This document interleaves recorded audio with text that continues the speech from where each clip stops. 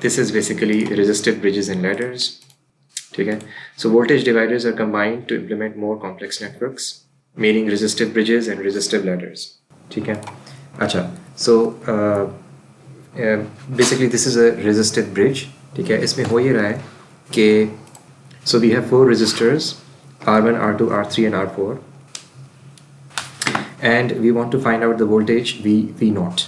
ठीक है, ये जो V0 है, this happens to be the voltage between nodes A and nodes B. In other words, V0 is basically VA minus VB. So VA is a node voltage which appears at node A with respect to the reference. Now this node is basically the reference node, okay, because it's connected to the negative terminal of the voltage source. But in general, we all know that the reference node can be any node. Okay? So typically we consider the node that is connected to the negative end of a voltage source as the reference node, but in general we can have the reference node to be any node. Okay? इसके अलावा another typical approach that we usually do is to use the bottommost node as the reference node because it's just intuitive. उसके ऊपर एक हम ground का symbol बना लेते हैं. ठीक है? So basically VA is the node voltage at node A. Then VB is the node voltage at VB. तो यहाँ पे VB है, यहाँ पे VA है, और V0 is basically the voltage at node A with respect to node B. ठीक है? Let me repeat. V0 is the voltage at node A with respect to VB, where VA itself is the it's basically the voltage at node A with respect to the reference. Similarly, VB is the voltage at node B with respect to the reference. ठीक है? Anyway, so V0 is VA minus VB. अच्छा, VA खुद क्या है? VA is basically it's यहाँ पे जो अगर हमें voltage compute करना है, so it's clearly the voltage. It's the branch voltage of resistance R2. It is the voltage that is dropped across the resistance R2. And if you look at the branch R1 in series with R2, this branch happens to be in parallel with the source voltage Vs. Basically, we can find the node voltage at node A as Vs into R2 upon R1 plus R2. ठीक है?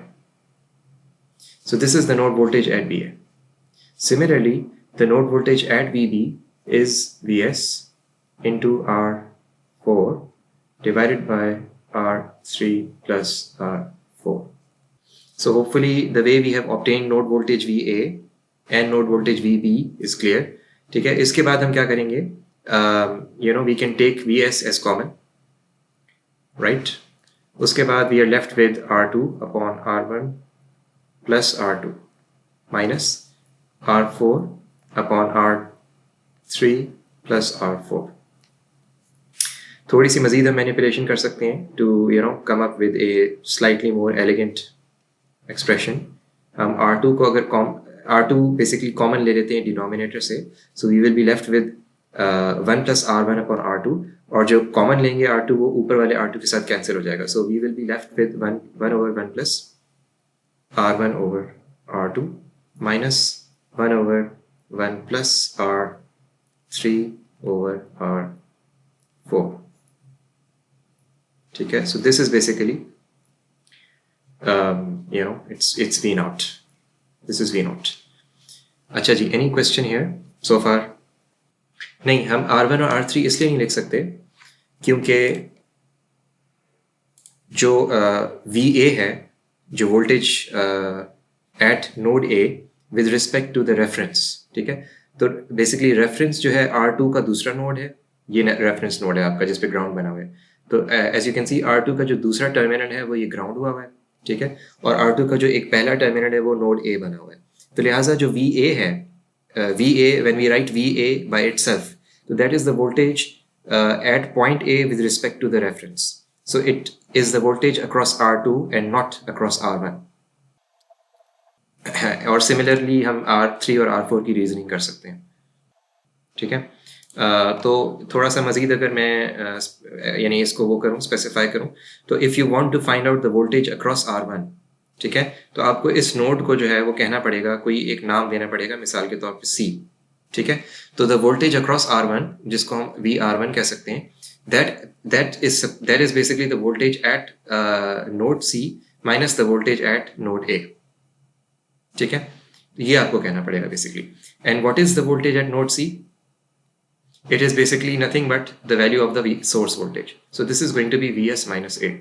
So this is the voltage across resistor R1, and the voltage across resistor R2 is VR2 equals VA. तो ये जो equations हैं जो इस circuit के बारे में बना सकते हैं। तो होपफुली आपका क्वेश्चन क्लियर हुआ है। ओके, अच्छा, so now I'm going to clear the slide, because what we have essentially done is to come up with this expression. We have basically already arrived at this expression here, ठीक है, V naught हमने find कर लिया है। So here we've subtracted the voltage dropped across R2 with respect to the reference node, of course, and that dropped across R4 with respect to the reference node, of course, ठीक है। अच्छा, in the bridge of figure 2. एक example है, in the bridge of figure 2.18, let Vs equals 12 volts, ठीक है, and R1 equals R2 equals R3 equals 2 kilo ohms. Find V naught if R4 equals 1 kilo ohms. तो बड़ा straight forward सा मतलब question है। इसके अंदर हमने सिंपली प्लग इन किए हैं वैल्यूज। R1 R2 R3 की वैल्यूज 2 किलो ohms हैं, R4 की वैल्यू 1 किलो ohm है। अल्टीमेटली V naught जो है, जो बेसिकली एक ब्रिज वोल्टेज कह सकते हैं, या voltage at node A minus voltage at node B हम कह सकते हैं, ठीक है, that comes out to be 2 volts, ठीक है। Similarly, we are supposed to repeat if R4 equals 3 kilo ohm. Again, हमने simply formula में plug in करनी है values. We come to the conclusion that V out is equals to minus 1.2 volts, ठीक है। And the reason it's minus is because VB in this particular case is going to be greater than VA, ठीक है। जब ये सूरत हाल होगी तो obviously VA minus VB is going to be some negative value, ठीक है। अच्छा, अब रेजिस्टिव ब्रिज में एक और जो पॉइंट है वो ये है कि एक व्हीटस्टोन ब्रिज क्या होती है। तो उससे पहले देखते हैं कि बैलेंस्ड ब्रिज की डेफिनेशन ये है कि R1 over R2 equals R3 over R4, यानी जो R1 और R2 का जो रेशियो है that is the same as R3 upon R4. If that is the case, then clearly VA is going to be equal to VB, and therefore V naught is going to be 0 volts. Why is VA going to be equal to VB? This is a question for the class. जी, question ये है कि VA equal to VB क्यों होगा इस scenario के अंदर, जिसके अंदर R1 over R2 is the same as R3 over R4. बिल्कुल सही है। तो बेसिकली कहने का मकसद ये है कि अगर इस सीरीज ब्रांच को देखें R1 and R2, ठीक है, तो इस पूरी ब्रांच का जो वोल्टेज है वो तो VS है, ठीक है। इसी तरह से R3 plus R4 जो ब्रांच है, जो कॉम्बिनेशन है, इस पूरी ब्रांच के अक्रॉस भी जो वोल्टेज है वो भी VS है, ठीक है। लेकिन अब VS ने डिवाइड होना है between R1 and R2, and similarly VS ने डिवाइड होना है बिटवीन R3 एंड R4, ठीक है। So the two branches that I have drawn here, ये जो रेड में मतलब मैंने मार्क किए हैं या एनक्लोज किए हैं बाउंड्री में, ये दोनों पैरेलल हैं आपस में। तो दोनों के अक्रॉस एक ही वोल्टेज है विच इज 12 वोल्ट्स, और इस विच इज VS, और इस 12 वोल्ट्स तो इस पर्टिकुलर एग्जांपल में था, और इस VS ने डिवाइड होना है बिटवीन R1 एंड R2, इसी तरह से VS ने ही डिवाइड होना है बिटवीन R3 एंड R4। अच्छा, अब अगर R1 equals R2, तो clearly VR1 is going to be the same as VR2, ठीक हो गया। And similarly if because R3 is equal to R4, therefore VR3 is going to be equal to VR4. अच्छा, अभी तक हमें मजीद ये conclusion हमने नहीं किया कि बल्कि थोड़ी सी मैं गलती कर गया हूँ, एक मिनट ज़रा, just a minute, let me, ये जो इक्वालिटी थी ये मैंने गलती कर दी है, let me correct it. Basically R1 equals R2 नहीं है, R1 over R2 is equal to R3 upon R4, और हमने ये पहले देख लिया है कि जो रेशियो है, this is something that actually defines the voltage division between R1 and R2. The actual values don't matter. For instance अगर ये 1 किलो ओम है और ये नीचे 1 मेगा ओम है, ठीक है, तो 1/100 ऑफ द वोल्टेज जो है वो R1 के अक्रॉस ड्रॉप हो जाएगा, और 99 over 100 पार्ट्स जो हैं वोल्टेज के वो R2 के अक्रॉस डिवाइड हो जाएंगे, ठीक है। इसको 100 के करना पड़ेगा, सॉरी, अगर 99 over 100 पार्ट्स हैं, अगर 999 over 1000 पार्ट्स हैं तो फिर 1 मेगा होगा। Anyway, So the ratio is what matters, and if the ratio, these two ratios are equal, तो फिर ये जो voltage VA है, this is going to be equal to VB, and therefore V naught is going to be equal to 0. And because V naught is going to be equal to 0, so then we come to the once we've discussed what a balanced bridge is, then we can discuss what a Wheatstone bridge is. So it's a simple circuit for measuring an unknown resistance Rx by connecting it as R4. R1 and R2 are known, whereas R3 equals RV is a variable resistance such as a precision potentiometer. ठीक हो गया? तो हम कर ये रहे हैं कि R1 and R2 are known. R1 और R2 की वैल्यूज हमें पता है, ठीक है? And R3 is basically a variable resistor. तो variable resistance का जो एक symbol है वो यूँ होता है, ठीक है? It can be a potentiometer as well, ठीक है? Potentiometer का symbol हमें पता है कि circuit symbol यूँ होता है, ठीक है? These are the two terminals. और एक टर्मिनल जो था इसका ये वाला, इसको हमने शॉर्ट कर दिया है थर्ड टर्मिनल के साथ. So this is terminal 1 2 3. So terminals 2 and 3 are shorted, ठीक है? जैसे जैसे इसको हम नॉब को घुमाएंगे वैसे वैसे रेजिस्टेंस वेरी होगी.